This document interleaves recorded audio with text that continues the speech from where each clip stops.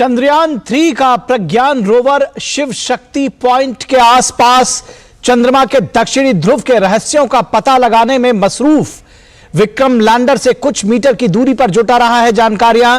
इसरो ने जारी किया प्रज्ञान रोवर का नया वीडियो। दो देशों की सफल यात्रा से वापसी के बाद दिल्ली में पीएम नरेंद्र मोदी का भव्य स्वागत। प्रधानमंत्री के अभिनंदन के लिए एयरपोर्ट पर उमड़े लोग।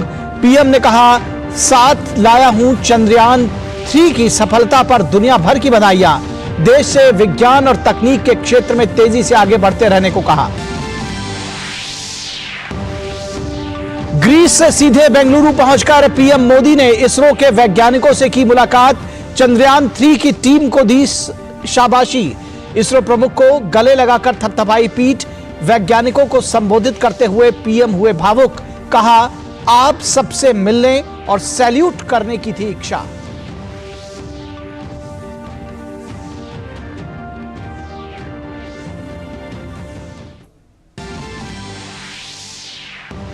पीएम मोदी ने चंद्रयान 3 के लैंडिंग स्थल को दिया शिव शक्ति का नाम। चंद्रयान 2 के उतरने की जगह को नाम मिला तिरंगा।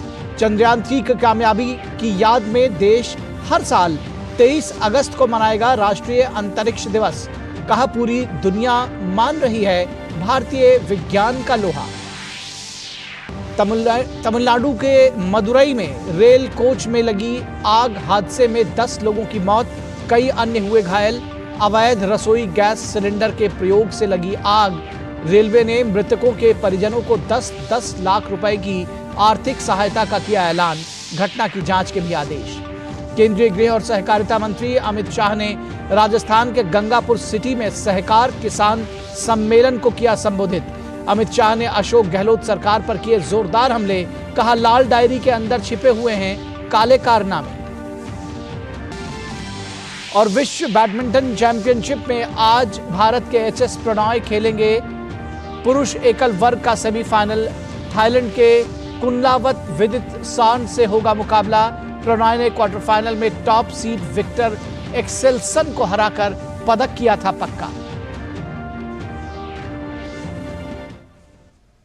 नमस्कार, बहुत स्वागत है आपका डीडी न्यूज के इस बुलेटिन में। मैं हूं निखिल सिंह और आइए देखते हैं खबरों को विस्तार से। सबसे पहले बात चंद्रयान 3 के मिशन अभियान की। चंद्रयान 3 का प्रज्ञान रोवर शिव शक्ति पॉइंट के आसपास चंद्रमा के दक्षिणी ध्रुव के रहस्यों का पता लगाने में मसरूफ है।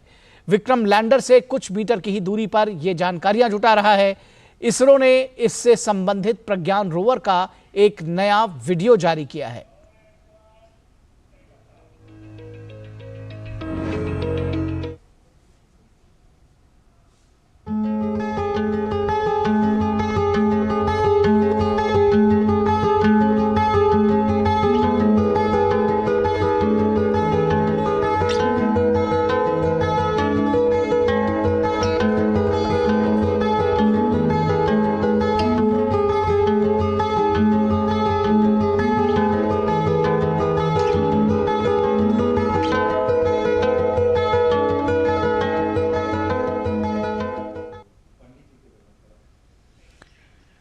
और दो देशों का सफल दौरा संपन्न करके प्रधानमंत्री नरेंद्र मोदी आज दिल्ली वापस लौट आए। दौरे से वापसी में पीएम मोदी ग्रीस से सीधे बेंगलुरु पहुंचे थे, जहां उन्होंने इसरो के वैज्ञानिकों को चंद्रयान 3 की सफलता की बधाई दी।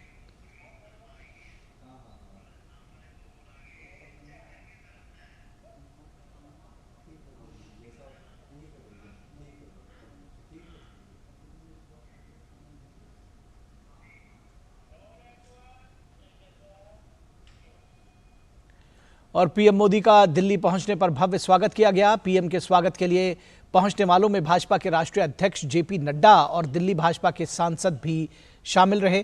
वहीं पीएम का अभिनंदन करने के लिए लोग एयरपोर्ट के बाहर उमड़ पड़े। लोगों ने भारत माता की जय और मोदी मोदी के नारे लगाकर प्रधानमंत्री का स्वागत किया।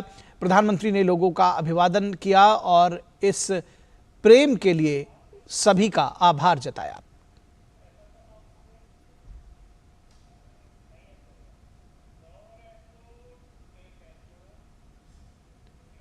और पीएम मोदी ने स्वागत के लिए उमड़े लोगों को संबोधित करते हुए चंद्रयान-3 मिशन की सफलता को सराहा। पीएम मोदी ने कहा कि वो पूरी दुनिया की तरफ से मिशन के कामयाबी पर बधाई संदेश लाए हैं। चंद्रयान-3 के लैंड करने के स्थान का नामकरण किए जाने का जिक्र करते हुए पीएम ने कहा कि जब शिव की बात होती है तो हिमालय याद आता है और शक्ति की बात होती है तो कन्याकुमारी की याद आती है। हिमालय से कन्याकुमारी तक इस भावना को उस पॉइंट में प्रतिबिंबित करने के लिए इसका नाम शिव शक्ति रखा गया है। और पीएम मोदी ने कहा कि आज पूरा विश्व भारत की तरफ देख रहा है। पीएम ने कहा कि ब्रिक्स शिखर सम्मेलन में हर किसी के अंदर भारत की उपलब्धियों के बारे में जानने की उत्सुकता थी। हर कोई ये जानने का प्रयास करता था चंद्रयान की यात्रा के संबंध में, ये कालजयी उपलब्धि के संबंध में, और नया भारत, नए सपने, नए संकल्प और नई सिद्धि एक के बाद एक दुनिया के अंदर एक नया प्रभाव अपना भारत के तिरंगे का सामर्थ्य अपने सफलताओं के आधार पर, अचीवमेंट्स के आधार पर आज दुनिया अनुभव भी कर रही है, स्वीकार भी कर रही है और सम्मान भी दे रही है। पीएम ने कहा कि नए नए विचारों और वैज्ञानिक उपायों को सामने लाने के लिए आने वाले दिनों में देश के नौजवानों के लिए हैकाथॉन आयोजित किए जाएंगे। पीएम ने कहा कि 2047 में देश को विकसित बनाने के सपने को पूरा करने के लिए साइंस एंड टेक्नोलॉजी की राह पर और अधिक मजबूती से आगे बढ़ना है। हम सिर्फ उत्साह, उमंग, नई ऊर्जा, सिर्फ इतने से अटकने वाले लोग नहीं हैं। हम एक सफलता प्राप्त करते हैं तो वहीं पर मजबूत कदम रख के नए उछाल के लिए तैयार हो जाते हैं। और इसलिए गुड गवर्नेंस के लिए, लास्ट माइल डिलीवरी के लिए, सामान्य मानवीय की जिंदगी में सुधार के लिए ये स्पेस साइंस कैसे काम आ सकता है, ये सैटेलाइट कैसे काम आ सकते हैं, ये हमारी यात्रा कैसे उपयोगी हो सकती है, उसको हमें आगे बढ़ाना है। और पीएम मोदी ने कहा कि माई गव पर 1 सितंबर से क्विज कंपटीशन आरंभ होगा। इसके लिए देश के युवाओं में विज्ञान के प्रति रुचि को इसके जरिए बढ़ावा मिलेगा। पीएम ने छात्रों से इस क्विज में हिस्सा लेने की अपील की। माई गव पर 1 सितंबर से एक क्विज कंपटीशन आरंभ होगी ताकि हमारे नौजवान छोटे छोटे सवाल जवाब देखेंगे तो उनकी धीरे धीरे उस पर रुचि बनेगी। और जो नई एजुकेशन पॉलिसी है उसने साइंस और टेक्नोलॉजी के लिए बहुत भरपूर व्यवस्था करके रखी हुई है। हमारी नई शिक्षा नीति इसको बहुत अधिक बल देने वाली शिक्षा नीति है और उसमें जाने के लिए एक रास्ता बनेगा।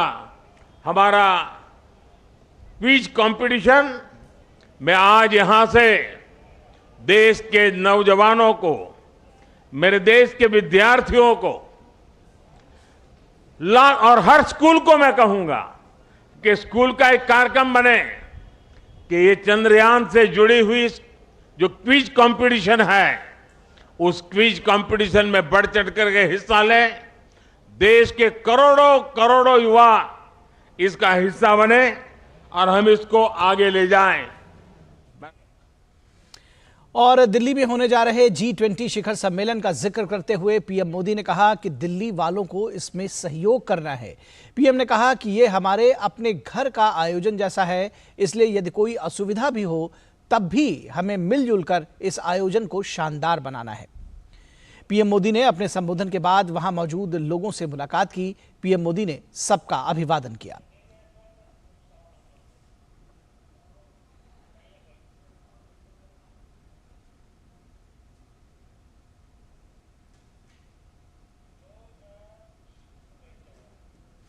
और इससे पहले प्रधानमंत्री ने ग्रीस की यात्रा के बाद सीधे बेंगलुरु का रुख किया। वे सीधे इसरो सेंटर पहुंचे। इसरो प्रमुख एस सोमनाथ और इसरो टीम के अन्य वैज्ञानिकों से उन्होंने मुलाकात की और चंद्रमा पर चंद्रयान 3 की सफल लैंडिंग के लिए उन्हें बधाई दी। पीएम ने इसरो प्रमुख को गले लगाकर पीठ थपथपाई और उन्हें शुभकामनाएं दी। पीएम ने टीम के सभी वैज्ञानिकों के साथ ग्रुप फोटो भी खिंचवाई। इसके बाद इसरो प्रमुख ने प्रधानमंत्री को चंद्रयान 3 से जुड़ी प्रक्रियाओं और तकनीकी बारीकियों के बारे में बताया। विक्रम लैंडर और प्रज्ञान रोवर की कार्यप्रणाली को एक मॉडल के जरिए दर्शाया गया। इस अवसर पर प्रधानमंत्री ने वैज्ञानिकों को संबोधित किया। प्रधानमंत्री ने कहा कि ये पल बहुत ही बड़ा है। ये कहते हुए प्रधानमंत्री भावुक भी हो गए।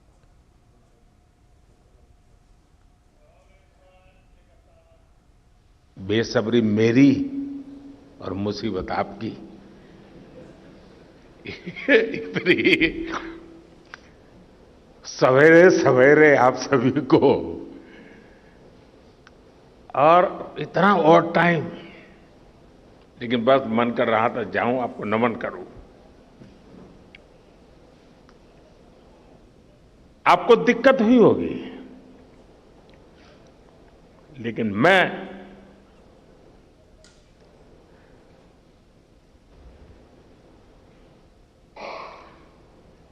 भारत में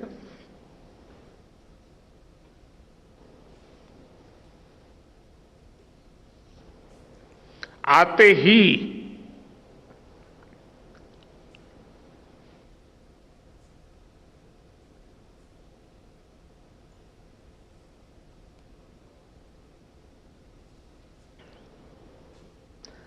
जल्द से जल्द आपके दर्शन करना चाहता था।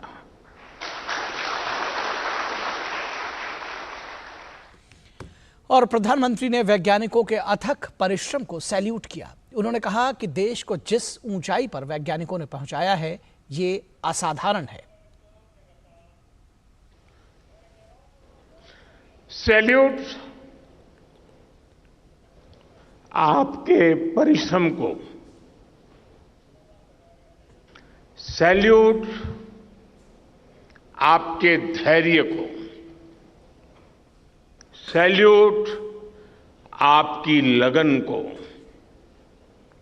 सैल्यूट आपकी जीवटता को, सैल्यूट आपके जज्बे को।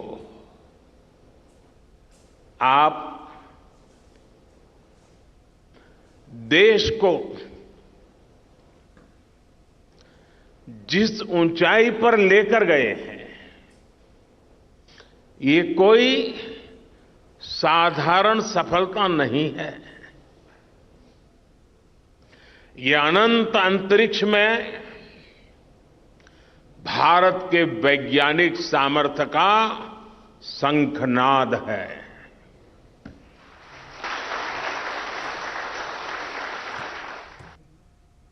और प्रधानमंत्री ने कहा कि चंद्रमा पर भारत का होना राष्ट्रीय गर्व की बात है। अब भारत नए तरीके से सोचता है।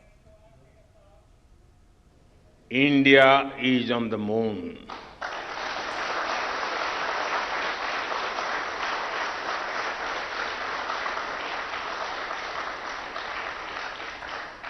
We have our national pride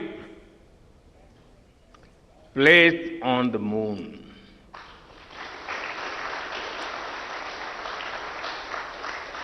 हम वहां पहुंचे जहां कोई नहीं पहुंचा था। हमने वो किया जो पहले कभी किसी ने नहीं किया था। ये आज का भारत है, निर्भीक भारत, जुझारू भारत।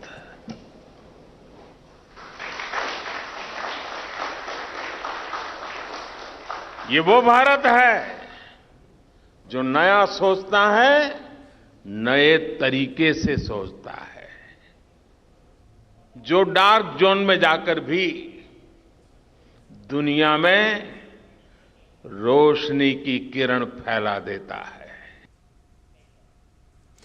तो ये वो भारत है जो डार्क जोन में जाकर भी दुनिया में रोशनी की नई किरण पर फैला देता है, वो एक नई आशा की किरण देता है, ये कहा प्रधानमंत्री नरेंद्र मोदी ने। और यहां रुकेंगे एक छोटे से ब्रेक के लिए, कहीं मत जाइएगा, जल्द हाजिर होंगे।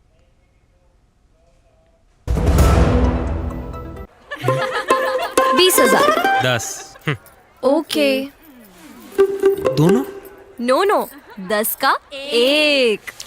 इतना कैश नहीं है। कोई बात नहीं, हम यूपीआई भी लेते हैं। मेरा पेमेंट ऐप अलग है। कहीं जूते वापस मिलने की जगह जूते पड़ ना जाए। ऐप दूसरा हो या तीसरा, चाहिए बस यूपीआई। आपका मोबाइल नंबर ही बन सकता है आपका यूपीआई नंबर। और अब किसी भी पेमेंट ऐप से कोई भी पेमेंट ऐप पर यूपीआई चलेगा।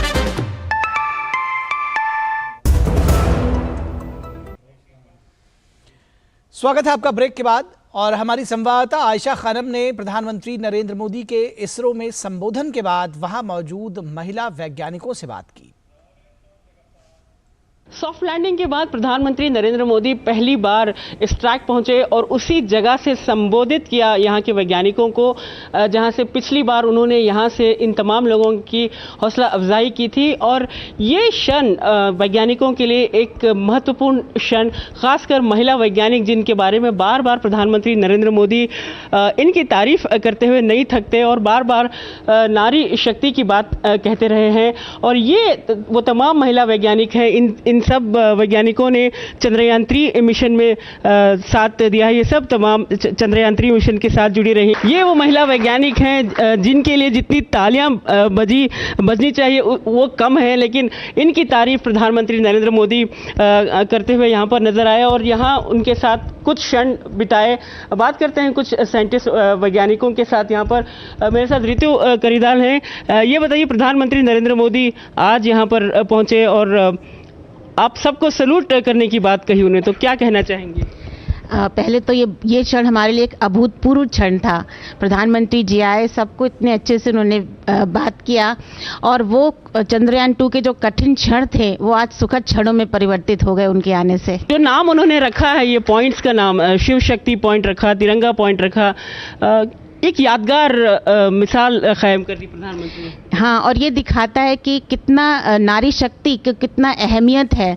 और शिव शक्ति, शिव मतलब नर एंड नारी दोनों एक साथ उन्होंने जो नाम दिया है, ये सही में बहुत बहुत बहुत अभूतपूर्ण है। नाम जो उन्होंने रखे एकदम बहुत ही ज़्यादा अप्रोप्रिएट है, किसी ने भी नहीं सोचा था। एंड तिरंगा वाज अमेजिंग। एक तो चंद्रयान-3 का तो हम देयर वर रूमर्स दैट रखेंगे चंद्रयान-3 पॉइंट का नाम, बट उन्होंने चंद्रयान-2 का भी नाम सोचा। That was so thoughtful of him and we are extremely thankful to Modi ji. It's like a dream come true meeting the Prime Minister. He himself, despite his hectic schedules, has found time to address and inspire and motivate us. And in fact, is Nari Shakti, yes, Nari and men make the whole world as a whole. What inspired me the most was how much he's really looking forward to the youth of India to come up in not just in the space segment, how he really wants youth to come up in various sectors. When he was talking about, you could make a mark, like I felt he felt that, okay, ISRO has made its mark India has made its mark in the space technology, and he expects the youth to stand up and come up in all other sectors, like genetic sector he was talking about. So that felt great to hear from our Prime Minister, the way he's looking forward to things from the youth. DG has asked, he was asking whether women can be there in the science and technology as maths पढ़ते हैं या science पढ़ते हैं. So here we are all.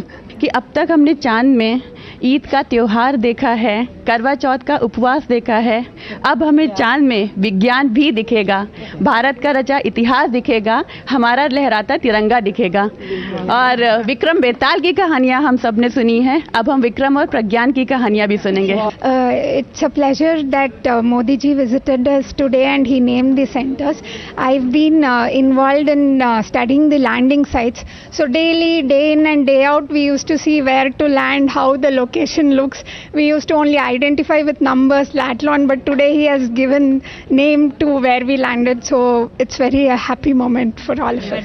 जब प्रधानमंत्री नरेंद्र मोदी इनकी सराहना करते हैं तो वो एक मकसद से करते हैं, क्योंकि ये तमाम वो महिलाएं हैं जो सबके लिए प्रेरणा है और चंद्रयान 3 के जरिए ये भारत को उस मुकाम तक पहुंचा दिया है जहां नारी शक्ति की बात कही जा रही है। भारत की जो डाइवर्सिटी है, जो विभिन्नता है और उनके अलग अलग ख्याल, उनके अलग अलग स्पेशलाइजेशंस हैं, ये तमाम चीज़ें मिलकर इस चंद्रयान मिशन को सफल बनाते हैं और सॉफ्ट लैंडिंग जिससे सब भारतीयों को गर्व है।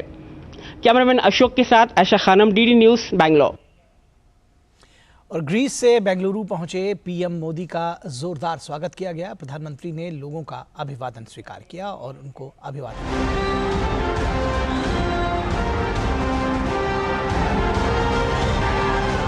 सूर्योदय की बेला हो और बेंगलुरु का ये नजारा हो, देश के वैज्ञानिक देश को जब इतनी बड़ी सौगात देते हैं तो जो दृश्य मुझे आज बेंगलुरु में दिख रहा है वही मुझे ग्रीस में भी दिखाई दिया, जोहान्सबर्ग में भी दिखाई दिया। जय जवान, जय जवान, जय विज्ञान, जय विज्ञान।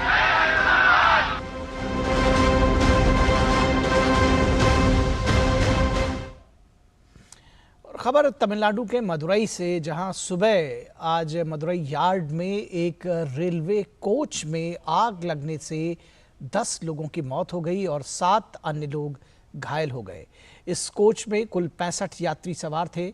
सुबह 5:15 बजे ये घटना उस समय हुई जब ये रेलगाड़ी रामेश्वरम से लखनऊ वापस लौट रही थी। इस कोच में उस समय आग लग गई जब यात्रियों ने चाय और नाश्ता बनाने के लिए अवैध रसोई गैस सिलेंडर का अनाधिकृत रूप से इस्तेमाल किया। अधिकारियों ने बताया है कि किसी अन्य कोच को कोई नुकसान नहीं पहुंचा है, क्योंकि आग लगने वाले कोच को अलग कर आगे की यात्रा के लिए मदुरई स्टेबलिंग लाइन पर खड़ा कर दिया गया। 7 घायल यात्रियों को तुरंत अस्पताल पहुंचाया गया। मृतकों के निकट परिजनों को 10-10 लाख रुपए की अनुग्रह राशि दिए जाने की घोषणा की गई है। दुर्घटना की व्यापक जांच के आदेश भी दिए गए हैं।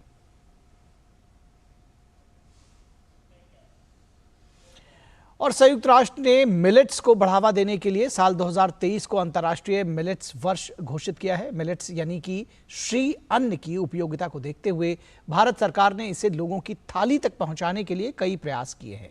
जन साधारण में इस प्रयास से institute of hotel management Pusa में कुकिंग विद मिलेट्स नाम से एक कार्यक्रम का आयोजन किया गया। कार्यक्रम में मिलेट्स को थाली का हिस्सा बनाने पर चर्चा हुई।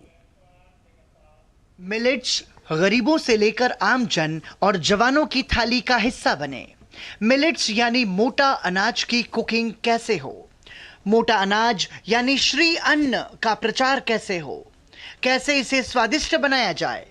कृषि मंत्रालय के नेतृत्व में institute of hotel management Pusa में कुकिंग विद मिलेट्स नाम से एक कार्यक्रम आयोजित किया गया, जिसमें संस्थान के शेफ ने जवानों को मोटे अनाज से स्वादिष्ट व्यंजन तैयार करने के गुर सिखाए। जो बड़े बड़े हाउसेज हैं जहाँ पे कि बहुत बड़ी मात्रा में खाना बनाया और परोसा जाता है, उन लोगों के, उनके कुक्स के लिए, उनके शेफ्स के लिए ये ट्रेनिंग प्रोग्राम का आयोजन किया जा रहा है। मिलेट्स भारतीय आहार का अभिन्न हिस्सा रहा है, जिसमें ज्वार, बाजरा, रागी, सावा, कंगनी, चीना, कोदो, कुटकी और कुट्टू जैसे 15 अनाज शामिल हैं। इन अनाजों में फाइबर, प्रोटीन, फोलेट, आयरन और अमीनो एसिड जैसे पोषक तत्व पाए जाते हैं, जिसमें डायबिटीज और ब्लड प्रेशर जैसी कई बीमारियों को साधने की ताकत होती है। मिलेट्स खाने से आपके बहुत सारे डिजीजेस जैसे हाइपरटेंशन, डायबिटीज, वेट लॉस सब होता है। तो एंड ये ग्लूटेन फ्री होता है, जिसको भी सीलियाक डिजीज जैसा कोई बीमारी है, तो इस तरह के फ़ायदे बहुत हैं मिलेट्स में, लेकिन लोगों को पता नहीं है। इसलिए हमारा बहुत प्रयास है कि ये सारे लोग को समझाया जाए कि इसके क्या क्या फ़ायदे होते हैं और इसको खाने से कैसे बीमारी आपकी ख़त्म हो सकती है। मिलेट्स हमारे आहार का हिस्सा बने। घर बैठे आम जन इसकी ऑनलाइन खरीदारी कर सकें, इसके लिए कृषि मंत्रालय ने कई प्रयास किए हैं। जो हमारा ONDC प्लेटफॉर्म है उसके थ्रू माई स्टोर और बाकी इस तरह के जो ई-कॉमर्स के प्लेटफॉर्म्स हैं जिस पर सेल होती है, उन पे आप जाएंगे तो आप देखेंगे आपको लगभग हर प्रकार का मिलेट वहाँ पर मिलेगा। ये हमारे कृषक उत्पादक संगठनों की मार्केटिंग कर रहे हैं। मिलेट्स की बिक्री से किसानों को भी फायदा मिल रहा है, साथ ही FPO से जुड़े कृषकों की आय में भी इजाफा हुआ है। FPO का मतलब है कि हम लोग अपना उत्पादन कर रहे हैं और उसे डायरेक्ट हम उपभोक्ता तक पहुंचा रहे हैं, तो ओरिजिनल माल हमारा है। शोध बताते हैं कि मोटा अनाज यानी श्री अन्न के सेवन से शरीर का बैड कोलेस्ट्रॉल कम करने, हार्ट को ठीक रखने में काफी सफलता मिली है। इसीलिए कृषि मंत्रालय की कोशिश है कि मोटा अनाज यानी श्री अन्न एक बार फिर हमारी थाली का अहम हिस्सा बने। मिलेट्स सरकार की प्राथमिकताओं में शुमार है। मिलेट्स यानी मोटा अनाज कैसे हमारी थाली से गायब हो गया पता ही नहीं चला, जबकि अब वैज्ञानिक शोधों से ये पता चला है कि मिलेट्स में कई बीमारियों से लड़ने की ताकत है। इसलिए सरकार की ये कोशिश है कि मिलेट्स को आम से लेकर खास की थाली तक पहुंचाया जाए। कैमरामैन अजय कुमार के साथ धीरज कुमार, DD न्यूज़, दिल्ली। और दिल्ली में G20 सम्मेलन की तैयारियां जोरों पर है और इस दौरान ट्रैफिक को लेकर दिल्ली पुलिस की तरफ से अहम जानकारी दी गई है। दिल्ली पुलिस का कहना है कि राजधानी में ट्रैफिक से जुड़ी ये पाबंदियां 7 से 8 सितंबर की रात लगाई जाएंगी। ट्रैफिक पुलिस ने बताया है कि G20 समिट को लेकर स्पेशल ट्रैफिक एडवाइजरी भी जारी की जाएगी। दिल्ली पुलिस एक वर्चुअल हेल्प डेस्क भी बनाएगी। दिल्ली ट्रैफिक पुलिस के अतिरिक्त CP यातायात R साथिया सुंदरम ने हमारे संवाददाता मुकेश शुक्ला से विशेष बातचीत की। G20 की मेज़बानी करने जा रहा है, किस तरह से रिस्ट्रिक्शंस रहेंगी उसको लेकर के ट्रैफिक एडवाइजरी जारी की गई है। क्या वो की एरियाज होंगे, किस पर नज़र रखनी होगी जनता को, उस पर बात करेंगे एडिशनल CP सत्य सुंदरम जी से। सर, कौन कौन से की एरियाज होंगे जिस पर हम बात करेंगे, किस तरह का रिस्ट्रिक्शन उन 3 दिनों में रहेगा? 7 तारीख 8 तारीख का जो रात है 12 बजे, तब से ये जो ट्रैफिक रेस्ट्रिक्शन वो शुरुआत हो जाएगी। ऑलरेडी दिल्ली पुलिस, तो दिल्ली ट्रैफिक पुलिस की तरफ से हमने रिस्ट्रिक्शन इशू किया गया है। उसके दौरान जो भी उसमें जो हमने मेंशन कर रखा है क्या अलाउड है, क्या नॉट अलाउड है, कहाँ तक अलाउड है, कब कब अलाउड है, ये सब कुछ हमने इन डिटेल्ड जो ट्रैफिक एडवाइजरी इशू किया है। NDMC एरिया को खास तौर पे फोकस किया गया है क्योंकि मेजर होटल्स और मेजर इवेंट्स जो हैं इन्हीं एरियाज़ में होंगे। तो यहाँ पर जो लोग आएंगे उनके लिए क्या ट्रैवल डॉक्यूमेंट्स जो होंगे वो कैसे चाहिए होंगे? जो NDMC एरिया को हमने कंट्रोल जोन बनाया है 9 तारीख 10 तारीख के लिए, उसी समय में जो ट्रैफिक जो मूवमेंट है वो रिस्ट्रिक्ट रहेगा। जिसका ज़रूरत है सिर्फ उसी को अलाउ करेंगे। बाकी जो बोनाफाइड रेसिडेंट है, NDMC एरिया का बोनाफाइड रेसिडेंट है, यहाँ का उनका कुछ सर्विसेज का ज़रूरत है, वो तो बिल्कुल अलाउ होगा। बाकी मेट्रो में तो आप कहीं भी आप ट्रैवल कर सकते हैं, एक्सेप्ट जो प्रगति मैदान के आसपास एक मेट्रो है, उसके अलावा बाकी कई भी मेट्रो स्टेशन आप यूज़ कर सकते हैं। तो हमारा एडवाइस ये रहेगा आप मैक्सिमम मेट्रो सर्विस यूज़ कर लो। बाकी पर्सनल व्हीकल में अगर बोनाफाइड रेसिडेंट है उनके पास अगर सिर्फ पर्सनल व्हीकल का मूव करना है, इमरजेंसी है, तो फिर उनको अलाउ करेंगे। कितना टोटल पुलिस पर्सनल्स आप यहाँ पर? हॉस्पिटल इमरजेंसी के लिए हमारा तरफ से एक एम्बुलेंस असिस्टेंट कंट्रोल रूम भी बना रखा है। उसका जो हेल्पलाइन नंबर भी हमने ऑलरेडी पब्लिसाइज कर रखा है, उसको भी आप पब्लिक को देख सकते हैं। उसमें कॉल करेंगे तो आपका सब कुछ सुविधा, जो असिस्टेंट सपोर्ट, सब कुछ, कौन सा रूट लेना है, कौन सा सर्विस लेना है, सब कुछ हमारा ऑलरेडी कई पॉइंट में आपको मदद करने के लिए ट्रैफिक की तरफ से भी डिप्लॉयमेंट कर रखा है। सो टोटल हम 10,000 के आसपास का जो पुलिस पर्सनल हम ट्रैफिक टोटी के लिए लगा रखा है, वो ट्रैफिक को रेगुलेट करते रहेंगे। बहुत शुक्रिया हमसे बात करने के लिए। तो जिस तरह से ट्रैफिक एडवाइजरी है आपको उसका पालन करना है और तमाम रास्ते जो दिए गए दिल्ली पुलिस को, आपको उसी गाइडलाइन को फॉलो करना है। गौरव के साथ मैं मुकेश शुक्ला, DD न्यूज़, दिल्ली। तो इस समाचार बुलेटिन में बस इतना ही। हमारी पूरी टीम को दीजिए इजाजत। नमस्कार।